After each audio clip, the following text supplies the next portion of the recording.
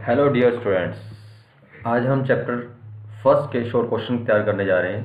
Company accounts के share capital के short questions. ये हमारी लिस्ट है टोटल शॉर्ट क्वेश्चन की।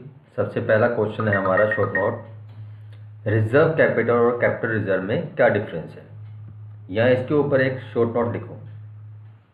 तो डियर स्टूडेंट्स, अब चलते हैं हम स्क्रीन के ऊपर जहाँ पर ये क्वेश्चन हम पढ़ेंगे। सबसे पहले इस क्वेश्चन को पढ़ने से पहले हम देखते हैं डिवीज़न ऑफ कैपिटल कितने तरह की होती है।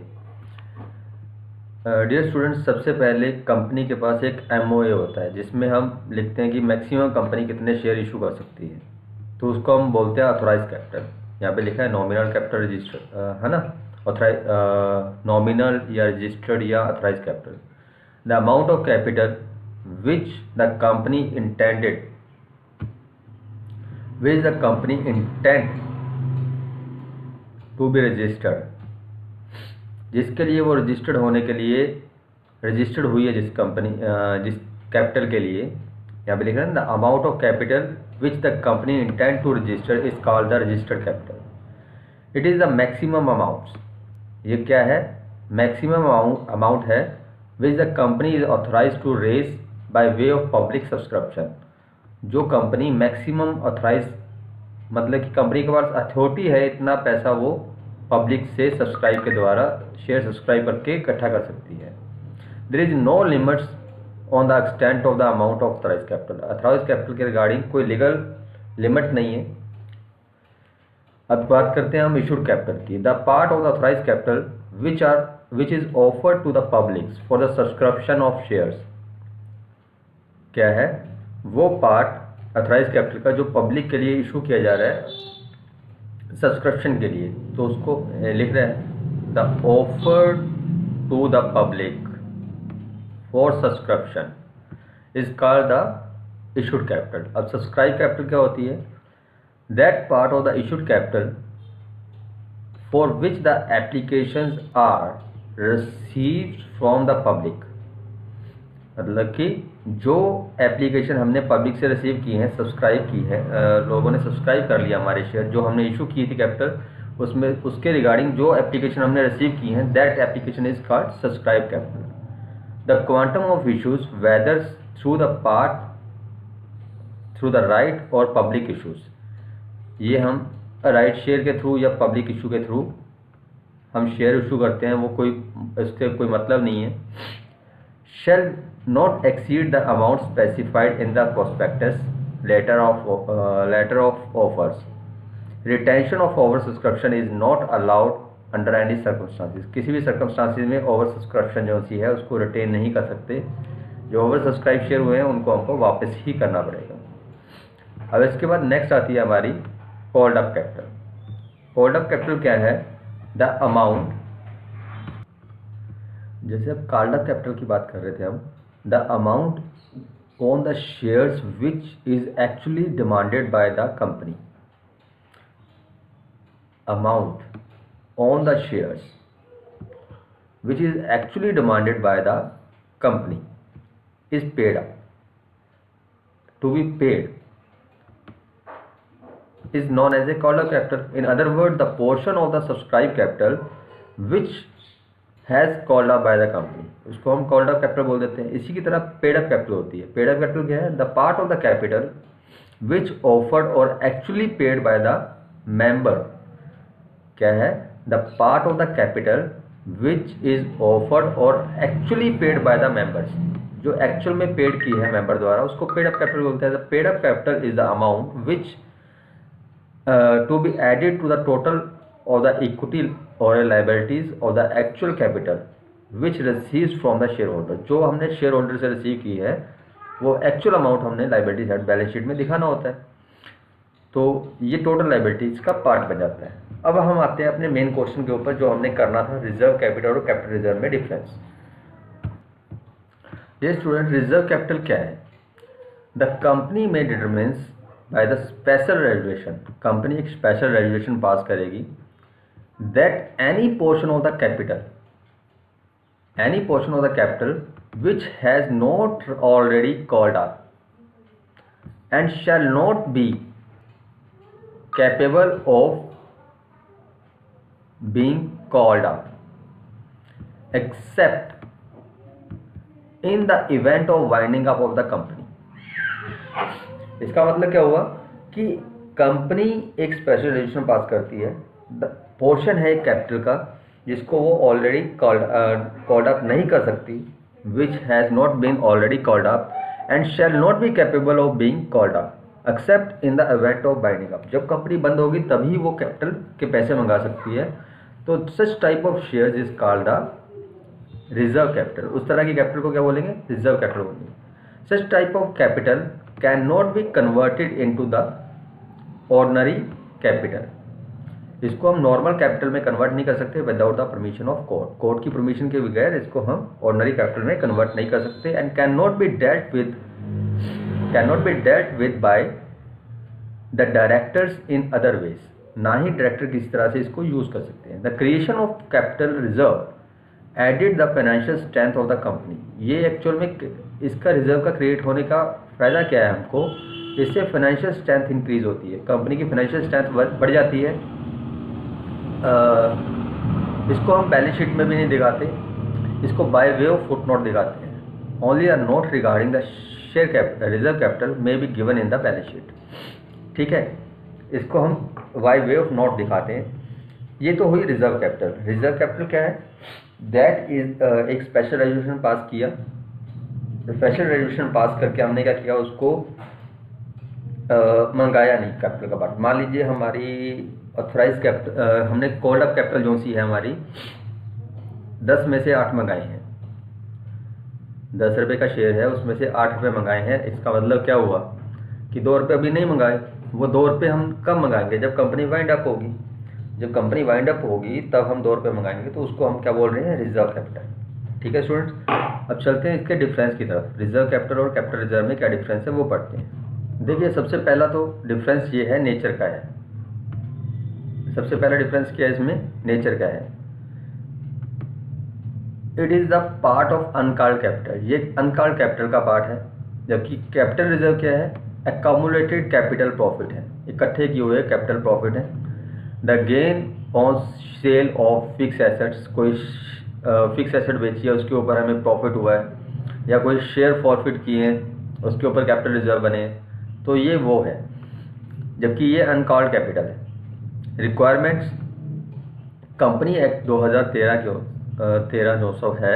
No way require the creation of the reserve capital. कहीं पे भी ये नहीं लिखा कि क्रिएशन करनी है रिजर्व कैपिटल की। जबकि जब भी हम यहाँ पे लिखा है for the transfer the amount of various capital profits, जो भी हमारे कैपिटल प्रॉफिट्स हैं उसको हम कैपिटल रिजर्व में ट्रांसफर करते हैं। Is required to open in the books of company. Company के किताबों में हमें इसको ओपन करना ही पड़ेगा।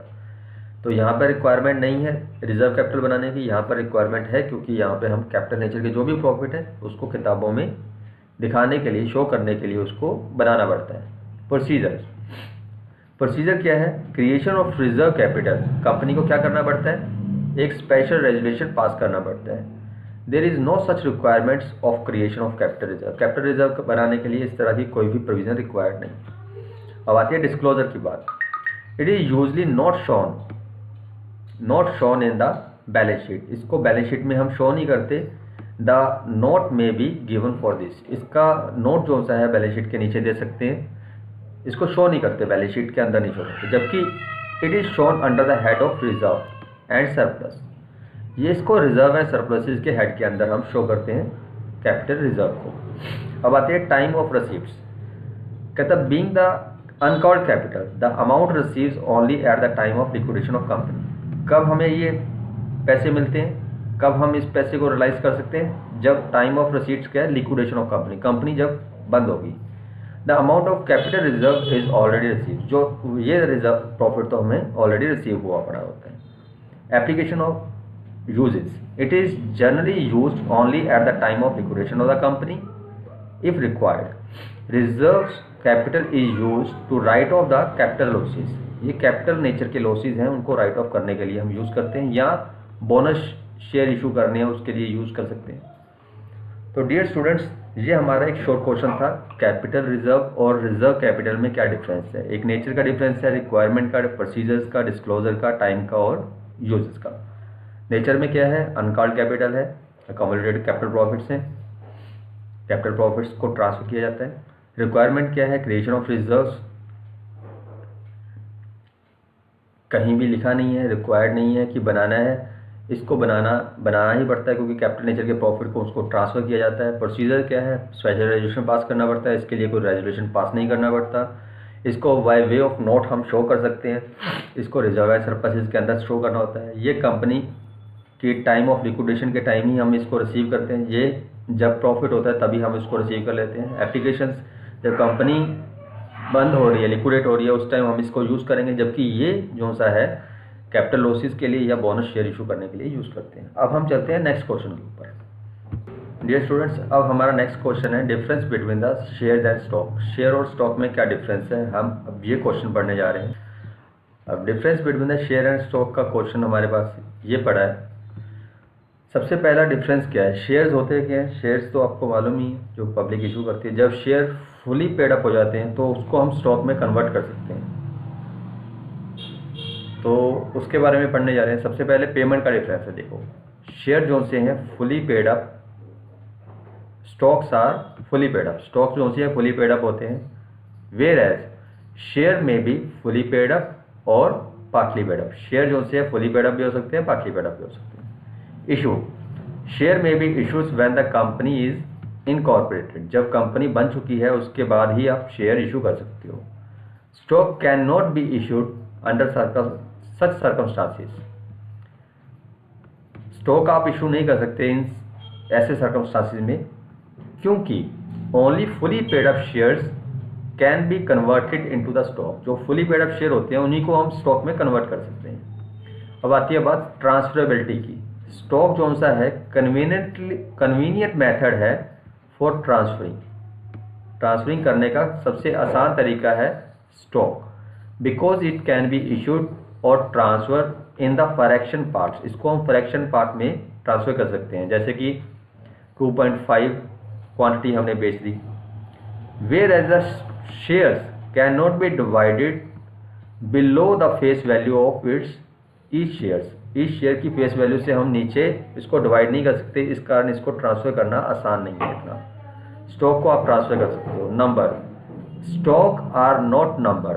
स्टॉक के कोई नंबर नहीं होते, जबकि शेयर्स के सीरियल नंबर होते हैं, ठीक है।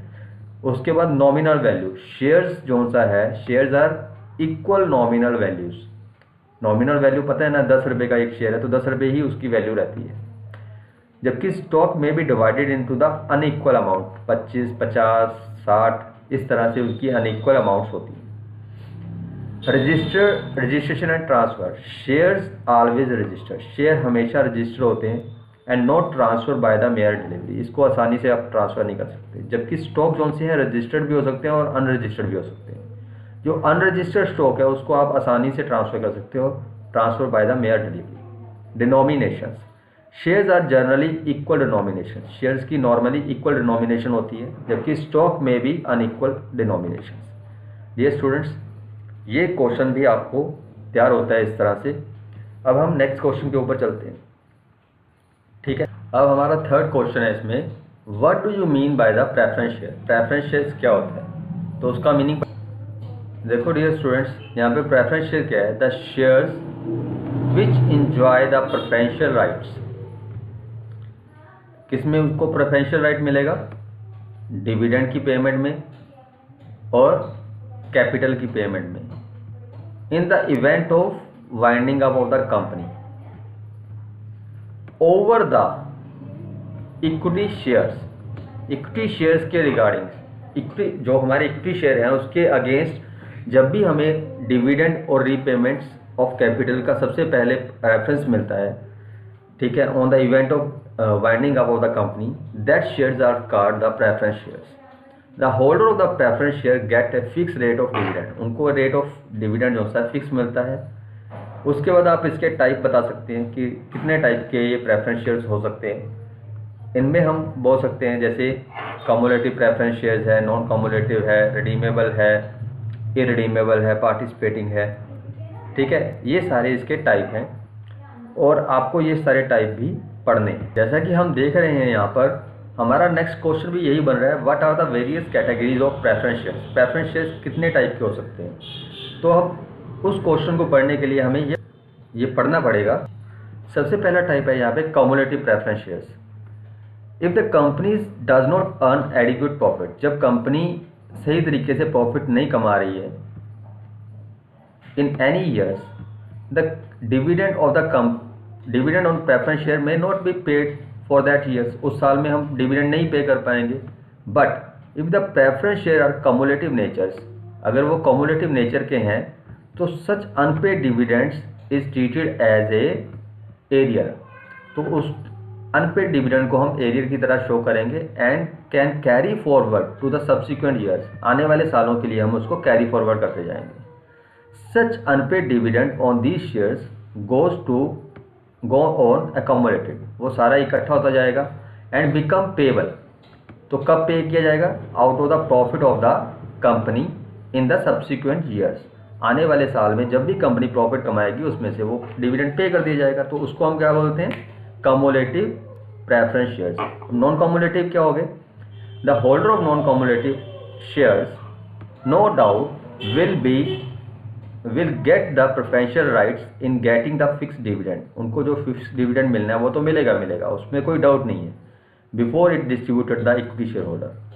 Fix dividend is paid only out of the divisible profits, तो जो भी फिक्स डिविडेंड देने हैं वो आउट ऑफ डिविजिबल प्रॉफिट देना है।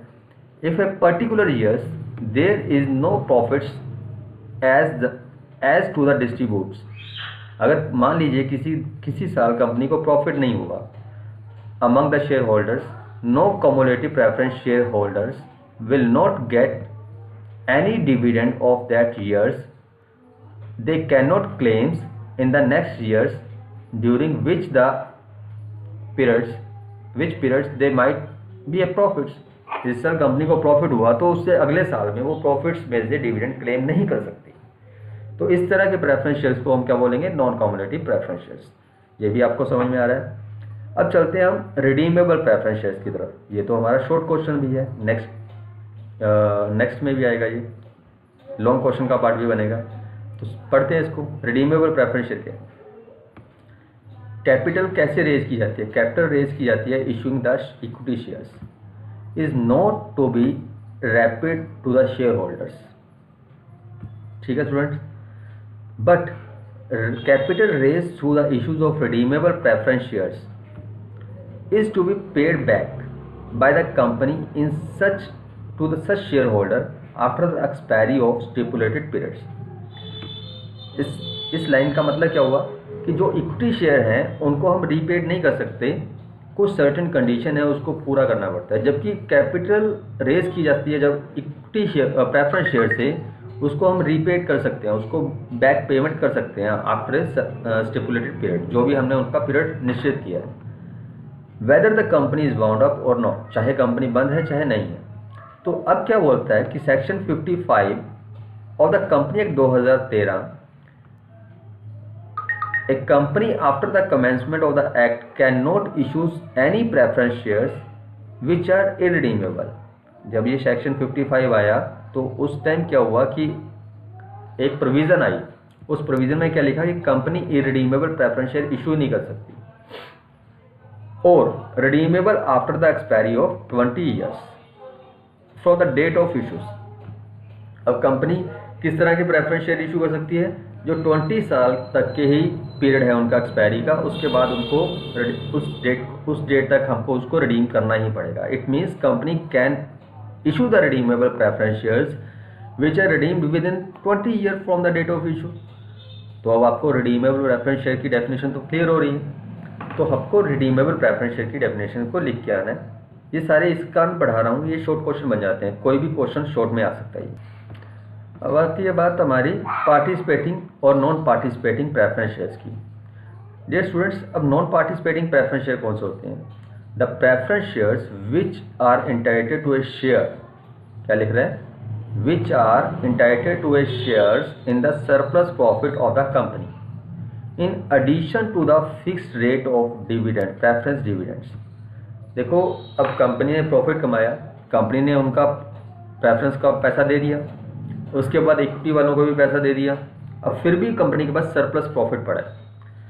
उस सरप्लस प्रॉफिट में से एडिशनल डिविडेंड अगर कोई फिक्स किया जाता है किसी प्रेफरेंस शेयर होल्डर का, तो उसको हम पार्टिसिपेटिंग प्रेफरेंस शेयर बोलते हैं। यहाँ पे लिख रहे हैं ना, entitled to a shares in the surplus profit of the company in addition to the fixed rate of the preference dividend। जो फिक्स रेट है डिविडेंड का वो तो मिल चुका है उनको, उसके अलावा एडिशन में सरप्लस प्रॉफिट में से कुछ हिस्सा मिल रहा है, तो उसको हम पार्टिसिपेटिंग प्रेफरेंस शेयर बोलते हैं।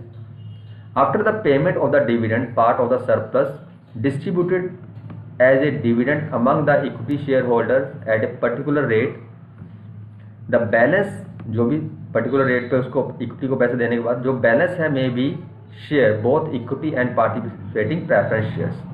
Thus the participating preference share obtain a return on their capital in the form of two fixed dividend, उनको एक तो फिक्स डिविडेंड मिल गया, एक share in the excess profit मिल गया। तो इस तरह के प्रेफरेंस शेयर को हम क्या बोलते हैं, पार्टिसिपेटिंग बोलते हैं। और जिन प्रेफरेंस शेयर होल्डर के पास ये राइट नहीं होता तो उनको क्या बोलेंगे हम, नॉन पार्टिसिपेटिंग प्रेफरेंस शेयर। बात क्लियर है? अब चलते हैं हम हमारे नेक्स्ट क्वेश्चन की तरफ। देखो डियर स्टूडेंट्स, हमारे यहाँ पे 3 क्वेश्चन कवर हो रहे हैं, preference shares, various category of preference shares, redeemable preference shares. तो redeemable preference share is cover in different type of categories में हमने कवर कर लिया। जब हम कैटेगरीज की बात करें तो वहाँ पर एक एक 2-2 लाइन में हमने इसको एक्सप्लेन करना है, क्योंकि 4 मार्क्स का क्वेश्चन है, ज़्यादा लेंथी तो कर नहीं सकते। अब हमारा नेक्स्ट क्वेश्चन बनता है difference between the equity share and preference share. वो पढ़ते हैं अब हम। डियर स्टूडेंट, अब थोड़ा सा फास्ट करते हैं हम इसको। Difference between the equity share and preference shares. सबसे पहला डिफरेंस क्या है, रेट ऑफ डिविडेंड का है। रेट ऑफ डिविडेंड जो सा है इनका फिक्स नहीं होता, not fixed, and depend upon the availability of profit after the payment of preference dividends. इनका रेट ऑफ डिविडेंड जो सा है प्रेफरेंस शेयर्स का वो फिक्स होता है, इनको जो डिविडेंड मिलना है वो फिक्स रेट पे मिल ही जाना है। Dividends on the equity shares are paid only after the preference share dividend is paid. Equity share holder को प्रेफरेंस नहीं मिलती है, जबकि इनको प्रेफरेंस मिलती है। Dividend on the preference shares is paid priority of the equity dividends. ठीक है स्टूडेंट्स, अब नेक्स्ट पॉइंट क्या है, इसमें क्या है, इनको प्रायोरिटी मिलती है। ठीक है, इनको प्रायोरिटी नहीं मिलती। Holder of the equity share holders get repayment of capital after meeting the claims of preference share holders. जो भी पेमेंट करनी है, रीपेमेंट करनी है, जैसे कंपनी वाइंड अप हो रही है तो सबसे पहले इक्विटी वालों को पेमेंट नहीं मिलेगी, प्रेफरेंस वालों को मिलेगी। The holder of preference shares have the preference in the repayment of their shares capital. ठीक है स्टूडेंट्स, प्रायोरिटी है यहाँ पर भी। फर्स्ट वाले पॉइंट में डिविडेंड में प्रायोरिटी दी है, यहाँ पर हमने कैपिटल में प्रायोरिटी दी है। फोर्थ पॉइंट क्या है, equity shares are more risk, इनका बहुत मोर रिस्क बेयरिंग है, सिक्योरिटी है, because the holder of these shares will get the repayment of capital after meeting the claim of preference shareholders, debenture holder and other creditors।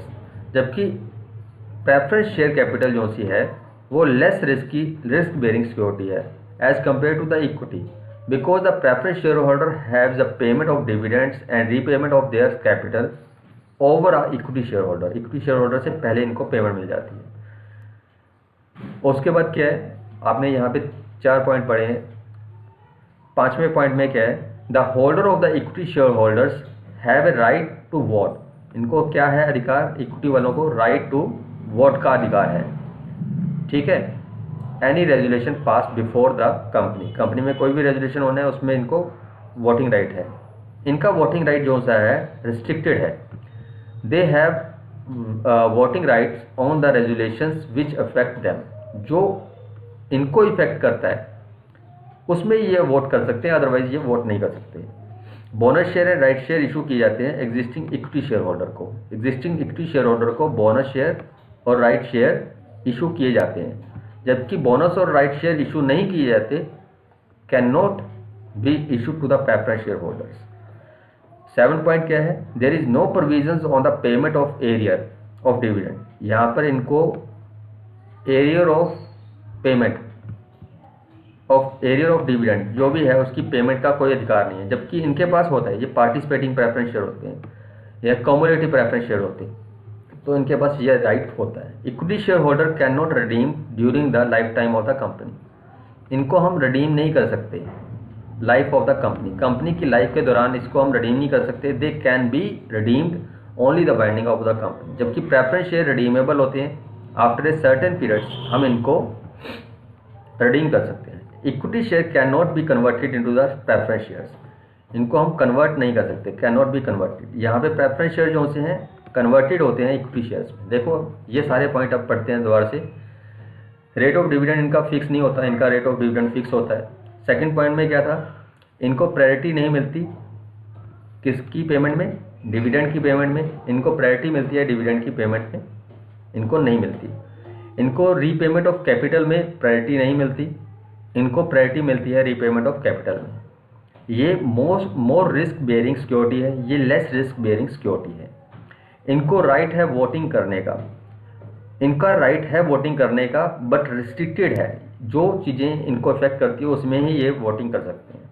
Bonus share और right share जो से हैं equity share वालों को ही दिए जाते हैं, जबकि बोनस और राइट शेयर नहीं दिए जाते प्रेफरेंस वालों को। There is no provision the payment of the arrear of dividends, यहाँ पर पुराना कोई एरियर खड़ा है डिविडेंड का, वो इनको नहीं अधिकार, जबकि ये कम्युलेटिव प्रेफरेंस शेयर होते हैं, इनके पास ये राइट होता है। Equity share can not B redeem, इनको हम रिडीम नहीं कर सकते लाइफ ऑफ द कंपनी, जब कंपनी बंद होगी तभी हम इनको रिडीम कर सकते हैं, जबकि प्रेफरेंस शेयर को रिडीम किया जा सकता है after certain periods. Equity share can not be converted, इनको हम शेयरों में कन्वर्ट नहीं कर सकते, जबकि प्रेफरेंस शेयर को कन्वर्ट कर सकते हैं हम शेयरों में। अब एक क्वेश्चन आता होता है हमको स्वेट इक्विटी शेयर्स क्या होते हैं। देखो dear students, section 54 of the company act 2013 allow the company to issue the new type of securities is called the sweat equity shares। ये sweat equity share इशू कर सकते हैं। such shares means the equity share issued at a discount, ये share discount के ऊपर issue किए जा रहे हैं, और एक कंसिडरेशन अदर देन कैश, या किसी अदर देन कंसिडरेशन के लिए दिए जाते हैं, फॉर प्रोवाइडिंग नाउ और making available rights in the nature of intellectual properties or value additions by whatever named cards, इसको कुछ भी कह सकते हो आप। Section 53 contain the provision of 2013 which deals with the power of the companies to issue the shares at discount। The company may issue the sweat equity shares the class already issues under the following circumstances। नीचे दी हुई कुछ circumstances हैं, उसके according ये sweat equity share issue कर सकते हैं। अब जब हम स्वेट इक्विटी शेयर की बात ही कर रहे हैं तो ये डिस्काउंट पे किसको दिए जाएंगे, अपने एग्जिस्टिंग एम्प्लॉयज़ को दिए जाते हैं। स्वेट इक्विटी शेयर्स डिस्काउंट पे दिए जाते हैं, इसके लिए कुछ कंडीशंस हैं, उनको फॉलो करना पड़ता है। जैसे कि स्पेशल रेजोल्यूशन पास किया जाता है कंपनी द्वारा जनरल मीटिंग में। The resolution specifies the number of shares, इसमें number of shares, current market price क्या है शेयर की, नंबर ऑफ शेयर्स कितने इशू करने हैं, करंट मार्केट प्राइस क्या है शेयर की, कंसिडरेशन क्या मिलेगा उसके रिगार्डिंग्स, ठीक है। If any of the class और classes of the directors the employees to whom the equity shares are issued, किस तरह के बंदे को, किस डायरेक्टर को या कौन सी एम्प्लॉइज़ को ये शेयर इशू किए जा रहे हैं, वो सारा रेजुलेशन में स्पेसिफाई किया जाएगा। Note less than 1 years, company को कम से कम 1 साल हो चुका होना चाहिए काम करते हुए। At the time of issues a slab lapse since the date on which the shares company is entitled to commence the business। Company को 1 साल हो चुका होना चाहिए कंपनी को काम करते हुए। The sweat equity shares of the companies whose equity shares are listed in the stock exchange, company कौन सी इशू कर सकती है ये, जिनके शेयर स्टॉक एक्सचेंज में लिस्टेड हैं। Are issues according to the regulations made by the security and exchange board of India, जो भी सेबी की गाइडलाइन है उसके अकॉर्डिंग ही ये स्वेट इक्विटी शेयर इशू कर सकती है। अब स्वेट इक्विटी शेयर की डेफिनेशन भी समझ में आ रही है। स्वेट इक्विटी शेयर्स क्या है कि जो डिस्काउंट के ऊपर इशू किए जाते हैं, और इसके लिए कुछ कंडीशन है उनको फॉलो करना पड़ता है। जैसे स्पेशल रेजोल्यूशन पास करना है, रेजोल्यूशन में क्या स्पेसिफाई किया जाएगा, नंबर ऑफ शेयर्स कितने हैं, करंट मार्केट प्राइस क्या है, कंसिडरेशन क्या है, कौन से एम्प्लॉयज़ को दिया जाएगा, कौन से डायरेक्टर को दिया जाएगा, कौन सी क्लास के डायरेक्टर को दिया जाएगा। कंपनी को कम से कम 1 साल हो चुका होना चाहिए करते हुए। स्वेट इक्विटी शेयर जो से हैं लिस्टेड कंपनी ही इशू कर सकती है एज पर द सेबी गाइडलाइंस। ठीक है स्टूडेंट्स, यहाँ पर हमारा स्वेट इक्विटी शेयर का शॉर्ट नोट नेक्स्ट वाला भी कवर होता है। नेक्स्ट क्वेश्चन बनता है students, share application, share capital suspense account क्या होता है? शेयर कैपिटल सस्पेंस अकाउंट क्या होता है? तो अब चलते हैं हम नेक्स्ट क्वेश्चन के ऊपर, जिसमें लिखा हुआ है share capital suspense accounts. Dear students, share capital suspense क्या होता है उसके बारे में हम पढ़ते हैं। जैसे कि यहाँ पे लिखा है, application money receives on the share transfers to the share capital accounts. Application money receive की जाती है on the shares is transfer to the capital accounts on the allotment of share. जब हम उनको शेयर अलॉट कर देते हैं तब हम कैपिटल मनी को उसमें इसमें ट्रांसफ़र कर देते हैं। ठीक है students, but if the balance sheet of the companies is to prepare after the receipt of application money but before the allotments, allotment करने से पहले पर एप्लीकेशन मनी रिसीव करने के बाद कोई पैसे रिसीव किए हैं, अभी शेयर अलॉट नहीं हुए, it will not be proper to show the application money as a capital because have not been yet allotted. अभी तक जब बैलेंस शीट क्लोज हो रही है तो उस डेट तक अभी हमने शेयर अलॉट नहीं किए हैं, पर एप्लीकेशन मनी रिसीव हो चुकी है। तो यहाँ पर सिंपल पता चल रहा है, the application receives may be shown in the capital suspense accounts under the head of share capital till the share is allotted. तो यहाँ से शेयर एप्लीकेशन सस्पेंस क्या होगा? जो हमने एप्लीकेशन मनी रिसीव की है, बैलेंस शीट क्लोज कर रहे हैं, बैलेंस शीट डेट के ऊपर हमने शेयर अलॉट नहीं किए, तो जब शेयर अलॉट ही नहीं किए तो वो पैसा कहाँ पे रखेंगे? तो शेयर एप्लीकेशन सस्पेंस में रखेंगे। अगर शेयर अलॉट हो गए होते तो वो शेयर कैपिटल अकाउंट में चले जाते। तो शेयर एप्लीकेशन सस्पेंस आपको समझ में आ रहा है। अब चलते हैं हम नेक्स्ट क्वेश्चन की तरफ। डियर स्टूडेंट्स, अब हम 9th क्वेश्चन पे आ चुके हैं। ये क्वेश्चन है, right the short note on premium. Premium के ऊपर आपको शॉर्ट नोट लिखना है। तो शॉर्ट नोट प्रीमियम का पढ़ते हैं। प्रीमियम का मतलब क्या है? प्रीमियम होता क्या है? प्रीमियम तो हमें मालूम ही है, 10 रुपये वाली चीज़ अगर हमें 11 या 12 में मिलती है तो 2 रुपये या 3 रुपये जो भी हम दे रहे हैं, 10 वाली चीज़ 12 में मिले तो 2 रुपये जो भी दे रहे हैं हम, वो प्रीमियम है। यहाँ पे लिखा हुआ है, the company may issue the share at a premiums the value greater than its face value. Value greater than its face value is called the premium. The power of the issues of share at a premiums need not be given in the article of association. ये power नहीं दी होती article of association में। Premium so received shall be credited to a separate accounts. Premium कहाँ पे show किया जाता है? सिक्योरिटी प्रीमियम अकाउंट्स में इसको हम शो करते हैं। However according to the guidelines the issues by the SEBI, SEBI क्या गाइडलाइन इशू कर रहे हैं? New company set up by the enterprises without track records can issue the capital to the public only at par. SEBI ने एक guideline issue की है, जो जिस कंपनी का कोई ट्रैक रिकॉर्ड नहीं है वो कंपनी शेयर्स प्रीमियम के ऊपर इशू नहीं कर सकती। वो हमेशा शेयर किसके ऊपर इशू करेगी? एट पार वैल्यू के ऊपर इशू करेगी। The new companies has defined the SEBI guidelines 1 year which has not completed 12 month। ठीक है, कम से कम 12 महीने होने चाहिए उसको, और 5 year का ट्रैक रिकॉर्ड होना चाहिए उसका, तभी वो कंपनी शेयर प्रीमियम के ऊपर इशू कर सकती है। तो इसके रिगार्डिंग कुछ गाइडलाइन है यहाँ पे। सबसे पहले हमें क्या लिखना है? हमें प्रीमियम के रिगार्डिंग, प्रीमियम का डेफिनेशन आया तो आप ये 4-5 लाइनें लिख सकते हो कि ग्रेटर वैल्यू होती है, प्रीमियम जो सा है इसका सेपरेट अकाउंट होता है, रिजर्व एंड सरप्लस में सिक्योरिटी प्रीमियम हेड के अंदर, सिक्योरिटी प्रीमियम अकाउंट के अंदर प्रीमियम को शो किया जाता है। सेबी की गाइडलाइन है कि कंपनी का अगर ट्रैक रिकॉर्ड नहीं है, न्यू कंपनी है, तो वो शेयर एट पार पे इशू कर सकती है। कम से कम 5 year का ट्रैक रिकॉर्ड होना चाहिए, 1 साल कंपनी को हो चुका होना चाहिए, मतलब कि काम करते को, है ना। तो इस तरह से कुछ गाइडलाइन है, उसको फॉलो करके कंपनी शेयर प्रीमियम के ऊपर इशू कर सकती है।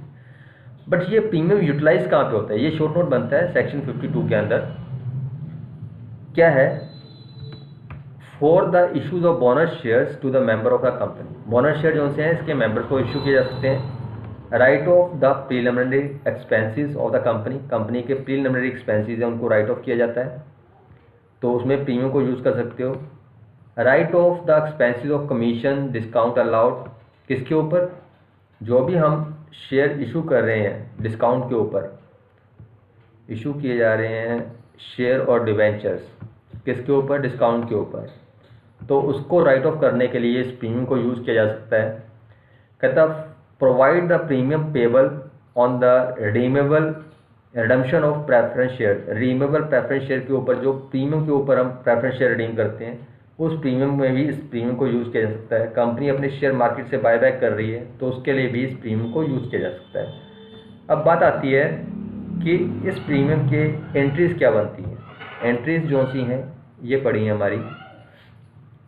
जैसे भी कंपनी शेयर इशू करती है तो bank account debit to application आ जाती है, share application account debit to share capital to share premium, इस तरह से एंट्री पड़ सकती है एप्लीकेशन के दौरान।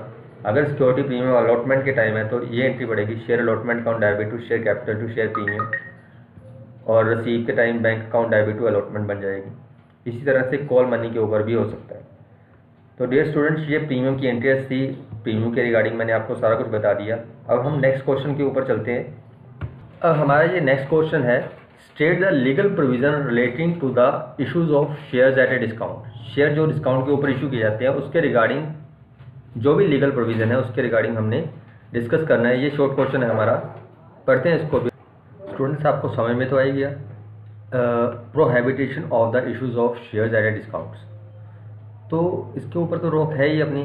क्या लिख रहा है यहाँ पे, section 53 of the company act 2013, there is a prohibition on the issues of shares at a discount except in case of share issues of sweat equity shares. देखो, स्वेट इक्विटी शेयर्स के को छोड़ के बाकी सभी तरह से डिस्काउंट के ऊपर शेयर इशू करने में रिस्ट्रिक्शन है। अब except as provided section 54 of the company act 2013, the company shall not issue the share at discount. Any share issues by the company at discount price shall be void. तो जो भी share discount price के ऊपर issue किए जाते हैं वो सारे के सारे वॉइड होते हैं, मतलब कि व्यर्थ हैं। तो where the company contravenes the provision of section 53, the company will punishable with fine। अगर कंपनी इस प्रोविज़न को ब्रेक करती है तो वो फाइन लगता है उसके ऊपर, which shall not be less than 1 lakh.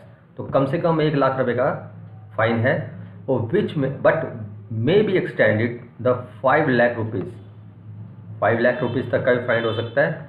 every officers who is in default shall be punishable with the imprisonment। तो उसको जेल भी हो सकती है जो भी ऑफिसर इस काम में पकड़ा जाता है, and may be extended to 6 month और with when shall not be less than 1 lakh rupees. कहने का मतलब क्या है कि 5 लाख रुपए, 1 लाख या 5 लाख और 6 महीने की जेल, अगर आप इस प्रोविज़न को ब्रेक करते हैं, जो भी ऑफिसर ब्रेक करेगा वो सारे के सारे इसमें कवर हो जाते हैं। तो जब भी हमने शेयर डिस्काउंट के ऊपर इशू करने हैं तो सेक्शन 54 की कुछ कंडीशन है उसको फॉलो करना पड़ेगा। तो क्या कंडीशनें हैं? एक तो स्पेशल रेजोल्यूशन पास करो, दूसरा number of shares, the resolution specifies the number of shares current market price considerations, ठीक है, वो आपको इशू करना है। करंट जो ऑलरेडी आपने इशू शेयर किए हैं उन्हीं शेयर में से इशू कर सकते हो। No less than 1 year, company को कम से कम 1 साल हो चुका होना चाहिए काम करते हुए। The sweat equity shares so issue discounts shall rank pari passu with other equity share holder. तो सेम होने से sweat equity share issue discount must be belong the same class, belong to a class share already issues. जो share already issue किए गए हैं वही मतलब कि इसमें इशू किए जा सकते हैं।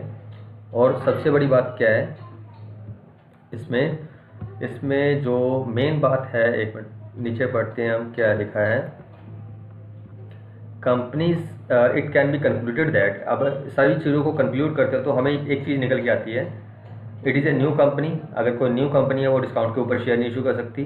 The issue share issues are a new clause even through a issues by the old company. New class के शेयर हैं तो वो इशू नहीं किए जा सकते, सेम क्लास के शेयर ही इशू करने हैं। तो ये 2 कंडीशनें भी फुलफिल होनी चाहिए। कंक्लूड में यही निकलता है। अब हमारा नेक्स्ट क्वेश्चन बनता है इसमें over subscription of shares. Over subscription of shares में ही हमारा प्रोराटा का क्वेश्चन भी कवर हो जाता है। तो हमारे 2 शॉर्ट नोट यहाँ पर कवर होंगे, ओवर सब्सक्रिप्शन और प्रोराटा। ये स्टूडेंट, ओवर सब्सक्रिप्शन क्या है? ओवर सब्सक्रिप्शन की सिचुएशन अराइज कब होती है? नंबर ऑफ शेयर्स अप्लाइड अब लोगों ने नंबर ऑफ शेयर्स अप्लाइड किए हैं for the exceed the number of share issues. हमने जितने नंबर शेयर इशू किए थे उससे ज़्यादा शेयर्स के लिए लोगों ने एप्लीकेशन भेज दी, तो ओवर सब्सक्राइब हो गया। In such situation the allotment of the shares is done on a reasonable basis, जो भी रीजनेबल बेस है उसके अकॉर्डिंग किया जाएगा, and to restrict to the number of shares issue. As पर the SEBI guideline it is not possible to reject outrightly any applications for the shares. किसी भी shares को आप अपनी मर्जी से रिजेक्ट नहीं कर सकते unless it suffers for some informative such as incomplete information और absence of signatures और insignificant applications money। तो अगर वो कोई पर्सन गलत चीज़ कर रहा है तो उसकी वजह से उसके शेयर रिजेक्ट हो सकते हैं, अदरवाइज नहीं हो सकते। तो usually the following procedure are adopt. जब भी हमने शेयर रिजेक्ट करने हैं तो क्या करेंगे, total rejection of some applications, totally reject कर सकते हैं सारी कुछ applications. Acceptance of some application in full, कुछ एप्लीकेशन फुल एक्सेप्ट करेंगे और कुछ एप्लीकेशन जो सी रिमेनिंग एप्लीकेशन रह गई उनको प्रो डाटा के बेस के ऊपर हम सब्सक्राइब करेंगे। तो इतना तो हमको समझ में आ रहा है। अब जैसे कि बात चल रही है हमारी प्रो डाटा, अब ये शॉर्ट, यहाँ तक तो हमारा ओवर सब्सक्रिप्शन के रिगार्डिंग क्वेश्चन जो सा है लिख सकते हैं, ये शॉर्ट नोट बन गया हमारा ओवर सब्सक्राइब का। अब बात आती है प्रो डाटा क्या है। प्रो डाटा अलॉटमेंट्स का मतलब क्या है, no applications of the such shares are refused and no applicants is allotted the shares in full। ऐसी सिचुएशंस जहाँ पर हम सारे के सारे शेयर रिफ्यूज़ भी नहीं कर रहे हैं और सारी की सारी एप्लीकेशंस जो सी हैं एप्लीकेंट को दे भी नहीं रहे, फुल अलॉटमेंट भी नहीं कर रहे हैं, तो इस सिचुएशंस को हम क्या बोलते हैं, प्रो डाटा अलॉटमेंट बोलते हैं। Each applicant receives the shares in some proportions, कुछ प्रपोर्शन के अकॉर्डिंग हर एक एप्लीकेंट जो सा है शेयर रिसीव कर रहा है, तो उसको क्या बोलेंगे, प्रो डाटा अलॉटमेंट बोलेंगे। प्रो डाटा का फार्मूला क्या है, नंबर ऑफ शेयर अलॉटेड क्या होगा, total number of share to be allotted divided by total number of shares applied for, multiply किया जाएगा number of share applied by the applicants. ठीक है स्टूडेंट्स, तो इस रेशो में हम उनको शेयर अलॉट कर देंगे। The in the event of refusal और rejection of applications the application money receives in connection with such applicants will be refunded to the applicants with letter of regret. जब हम उनको cancel कर रहे हैं, जब पैसे रिग्रेट कर दिए, जिनको हमने कैंसिल कर दिया, तो उनको पैसे वापस कर दिए जाएंगे। तो जैसे अब क्या है, in case of partial allotment, अगर हम पार्शियल अलॉटमेंट कर रहे हैं विच में बी टर्न्स प्रोपोर्शनेट, जिसको हम प्रो डाटा बेसिस कहते हैं, तो एक्सेस मनी जो भी एप्लीकेशन मनी के ऊपर रिसीव की है इज़ नॉट रिफंडेड, उसको रिफंड नहीं करेंगे, बट रिटेन, उसको रिटेन करेंगे and treated as a payment toward the allotment. जो भी पेमेंट उसने अलॉटमेंट के टाइम करनी है उसमें से एडजस्ट कर लेंगे। Any surplus over the due to the allotment should be refunded to the allotted. अगर सरप्लस ज़्यादा आ गया उसका तो उसको हम रिफंड कर देंगे। तो ये सारा प्रोसेस जो सा है प्रो डाटा में चलता है। प्रो डाटा अलॉटमेंट भी समझ में आ रहा है, ओवर सब्सक्रिप्शन भी आपको समझ में आ रहा है। तो ये क्वेश्चन हमारा कवर होता है ओवर सब्सक्रिप्शन वाला और प्रो डाटा वाला। प्रो डाटा वाला क्वेश्चन आपको कहाँ से कहाँ तक लिखना है, यहाँ से लेकर यहाँ तक आप प्रो डाटा का क्वेश्चन अटेम्प्ट कर सकते हैं। ओवर सब्सक्रिप्शन का क्वेश्चन यहाँ से शुरू करके यहाँ पर क्लोज कर सकते हैं। ठीक है स्टूडेंट्स, तो आपके दो क्वेश्चन शॉर्ट नोट यहाँ पर कवर होते हैं। अब नेक्स्ट क्वेश्चन के ऊपर चलते हैं। स्टूडेंट्स, अब जो नेक्स्ट क्वेश्चन हमारा बन रहा था, कॉज इन एरियर और कॉज इन एडवांस का डिफरेंस है। तो कॉज इन एरियर और कॉज इन एडवांस का डिफरेंस क्या है, सबसे पहले तो मीनिंग के डिफरेंस है। Cause in arrear is the amount which the share holder have not paid, जो पैसे पे नहीं किए हैं, when the amount is called on shares due on them in respect of the allotments और ए कॉज या अलॉटमेंट के जो पैसे हमने डिमांड किए हैं उससे शेयर होल्डर से, उसने पैसे नहीं दिए हैं, तो उसको हम कॉज इन एरियर बोलते हैं। कॉज इन एडवांस क्या है, cause in advance is the amount which receives in advance from the share holder. जो पैसे हमने शेयर होल्डर से एडवांस में रिसीव कर लिए हैं, जैसे कि कॉल मनी के पैसे हमने अलॉटमेंट के टाइम में रिसीव कर लिए, तो उसको कॉज इन एडवांस बोला जाएगा। Adjustment in futures, calls in arrears may be recovered in future along with other calls made if not receives then these shares may be forfeited, तो उन शेयर्स को हम फॉरफिट कर सकते हैं। कॉज इन एडवांस में क्या है, जो भी हमने एडवांस पैसा रिसीव किया है उसको रेलिवेंट टाइम पे जिस कॉल का पैसा रिसीव किया है एडवांस, उसके टाइम हम उसको एडजस्ट कर सकते हैं। इंटरेस्ट कॉज इन एरियर के ऊपर जो इंटरेस्ट रेट है वो 10% है और कॉज इन एडवांस के ऊपर इंटरेस्ट रेट कितना है 12% है। Status of members, if the amount of the cause in arrear is not received, तो शेयर जो से हैं उसके फॉरफिट किए जा सकते हैं। मेंबरशिप कंपनी में से उस शेयर होल्डर की ख़त्म हो सकती है, सस्पेक्टेड हो सकती है। In case of calls in advance there is no question losing the membership of the company और द शेयर होल्डर, यहाँ पर कोई भी कारण नहीं है कि उसकी मेंबरशिप चली जाएगी। तो ये हमारा कॉज इन एरियर और कॉज इन एडवांस का क्वेश्चन खत्म होता है। अब नेक्स्ट क्वेश्चन के ऊपर आते हैं। हमारे नेक्स्ट 2 क्वेश्चन हैं, right the short note on forfeited of shares और difference between the surrender of shares and forfeited of shares. ये 2 क्वेश्चन अब हम रीड आउट करेंगे, तो ये हम पढ़ने जा रहे हैं। अब यहाँ पर हम फॉरफिटेड ऑफ शेयर्स का मतलब क्या लेके चलते हैं। फॉरफिटेड ऑफ शेयर्स का मतलब सिंपल है। फॉरफिटेड क्या है कि जब कोई पर्सन अपनी कॉल मनी के पैसे या कोई पैसे पे नहीं करता तो हम उसके शेयर जो से हैं फॉरफिट कर लेते हैं। उसमें क्या होता है कि उस फॉरफिट में क्या होता है कि उसकी मेंबरशिप जो सी है कंपनी में से चली जाती है। जो भी उसने पैसे एप्लीकेशन मनी या अलॉटमेंट मनी के टाइम पे किए हैं वो हम उसको रिफ़ंड नहीं करते, हम वो उसको फॉरफिट कर लेते हैं। तो इस सारे प्रोसेस को हम फॉरफिटेड कहते हैं। देखो यहाँ पे लिखा है when a share holder fail to pay the call money pay करने में फेल हो गया। If empowered by the article, अगर हमारा आर्टिकल एम्पावर कर रहा है, may forfeit the shares the company does not contains the specific provision regarding the forfeited of shares. Power to forfeit the share must be provided in the article of association. Company के article of association में ये power होनी चाहिए, तभी वो share forfeit किए जाते हैं। If the shareholder has not paid call on the day fixed or the payment thereof failed to pay even after his intention drawn to it by the secretaries by registered notice, एक registered notice दिया secretary ने कि भैया अपने पैसे पे कर दो। द बोर्ड ऑफ डायरेक्टर पास है रेजुलेशन। उस केस में क्या करेंगे, अगर वो फिर भी नहीं पे कर रहा तो फिर रेजुलेशन पास किया जाएगा to the effect of such shares are forfeited, उसके शेयर फॉरफिट कर लिए जाएंगे। Since one forfeited becomes the property of the company, जब उसके शेयर फॉरफिट कर लिए गए तो वो शेयर क्या हो जाएंगे, कंपनी की प्रॉपर्टी बन जाएंगे। And may be sold in the terms as a director think fit, जैसे डायरेक्टर को अच्छा लगता है उस केस में वो बेच सकता है। तो फॉरफिटेड और शेयर्स से क्या होता है, brings about the compulsory transmission of the memberships. तो उस बंदे की मेंबरशिप ख़त्म हो जाती है कंपनी में से, उसको कोई कुछ भी पैसे नहीं देने हैं आप। And the companies take away the shares from the members by way of penalties of the non payment of allotment और कॉल मनी। तो ये तो आपको समझ में आ गया कि उसके शेयर कैसे फॉरफिट किए जाते हैं। उसको डिफॉल्टर शेयर होल्डर भी घोषित कर दिया जाता है। अब बात आती है जर्नल एंट्रीज की। जर्नल एंट्री सिंपल है, उसकी मेंबरशिप खत्म करनी है तो शेयर कैपिटल को डेबिट करोगे, जितने पैसे उससे मंगवाए थे, जितने अमाउंट से उसकी कैपिटल को क्रेडिट किया था उसको डेबिट कर दोगे, शेयर कैपिटल अकाउंट डेबिट। अगर प्रीमियम पे हो रहा है तो शेयर प्रीमियम अकाउंट डेबिट हो जाएगा। To cause in arrears, to cause in arrear जो पैसे उसने नहीं दिए with the amount become due but not paid, वो आप क्रेडिट करोगे। जो पैसे उसने ऑलरेडी पे कर दिए थे, जो हमने ऑलरेडी रिसीव कर लिए हैं, वो सारा पैसा कहाँ पे चला जाएगा, फॉरफिटेड अकाउंट में चला जाएगा। तो आपको यहाँ तक इस क्वेश्चन को राइट डाउन करना है। ठीक है स्टूडेंट्स, ये आपका short question forfeited of shares आ गया। अब नेक्स्ट क्वेश्चन के ऊपर चलते हैं इसी के। डियर स्टूडेंट्स, अब नेक्स्ट क्वेश्चन जो बोला था मैंने आपको, डिफरेंस करना है सरेंडर ऑफ शेयर्स और